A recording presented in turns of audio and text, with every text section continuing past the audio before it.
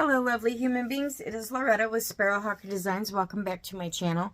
I started this project a long time ago, and it has literally gotten shoved back. Like every other project that's come afterwards, I have done before. I mean, this one, I just kept shoving this one to the back. I'm not sure why, but so,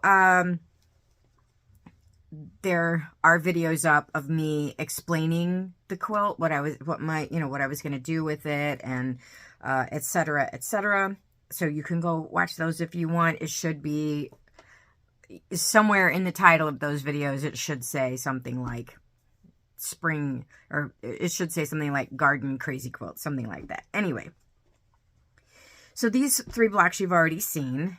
I used a part of a grandmother's flower garden block here and just kind of cut it in half. I didn't really want it to go over the whole block, so I just cut it in half and put it off to the side like that. And yeah, so there's just all kinds of stitching. Like I said, there are videos up on these blocks, about these blocks already, if you wanted to see up close details on them. This is the second one where I did this like crazy insane stitching on this peacock, right? And then she was kind of, I put something under her to kind of pad that to come up a little bit because it had a little bit of a wave to it, and that was kind of bothering me. Anyway, and then on this one, I did use the whole grandmother's flower garden block. And, you know, did some stitching all over. All of this has been outlined here with us, you know, with a buttonhole stitch. And I had stitched this little watering can with the year in it. This was the year I started it, 2021. So somewhere on this quilt, when I take the last stitch, I will put in whatever year that is. And you know, you find that a lot in vintage crazy quilts. So they'll have 2 or 3 different dates on it, and usually it's like the date they started and the date they ended, or if somebody helped stitch, they would, you know, put the date on it that they were helping stitch or whatever. So okay, those are those 3. So the new ones, so this one is block number 4. So I don't know how many of you watched any the slow stitch swaps that Susanna Easdale hosted and that I took part in 2 different times. But Jeanette at My Cottage Crafts had embroidered my name on the little gift package that she had sent, and I absolutely loved it. I was like, okay, I have to use this in a project somewhere. So I put it, I'm going to use it in this quilt. Her stitching is just absolutely amazing. Anyway, so down here I just did a combination stitch of herringbone and lazy daisies, some rickrack with some stitching on the rickrack, some sequins and stitching here. This is from an old tablecloth, some more stitching. And then there you go.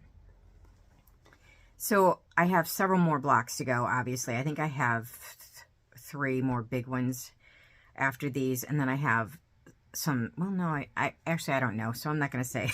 But I've decided to make this sort of about my family. Since I put my name in it, I thought, well, I'm gonna embroider my kids' names, my grandkids' names, and the year they were born in the subsequent blocks. But other things that I did, so here's block number, wait, this is 4, so this is 5 that I finished. And what I did with this one was I have this beautiful doily that I just loved, that had these 7 little flowers in the middle, and I have 7 grandkids at this time. And, you know, probably all I'm going to have, but you never know. My son may change his mind someday. So, and I English paper pieced these 2 stars, and then put them down with the buttonhole stitch. And so if there would be any other grandkids to come along, I think I will add them in here somewhere. So I have 4 grandsons, so I did 4 blue beads, and then 3 granddaughters, so I did 3 pink beads. Well, actually, I don't know if they're pink. They might just be kind of white. I don't think I had any pink pearls. So, anyway, this is kind of, I don't want to say lazy, but this is sort of an easy way. If you're stumped on what to do, you could always do something with your block like this. Just put down something really big. I mean, you don't want to do that on every block, obviously, but, and I didn't do this because I was stumped on what to do. It was because I really wanted to use this doily, and I didn't want to cut it up. I wanted to use the whole thing. But then I also embroidered the name of the quilt in the garden, which you also don't have to do with your quilt, but I just thought I would. And yeah, so if this is the first video you're watching, this is made with all cottons. I love cotton crazy quilts. In fact, I hardly ever use the silks and brocades and velvets and stuff that usually are in crazy quilts and that I used to use early on when I first started crazy quilting. So now I almost use nothing but cotton. I don't know, they lay better. They don't get snagged on my dry fingers, you know. And anyway, so there you go. I think that I actually really liked this block. I thought this was kind of fun. I did not do any stitching underneath. Literally, the only stitching I did on this block was around the English paper piecing stars, and this up here. Everything else is just tacked down. So anyway, the sun is starting to move in, and it wasn't there when I got ready to make the video. So anyway, all right. Okay, I have another video coming up where I'm going to explain my long-term project for next year and update you on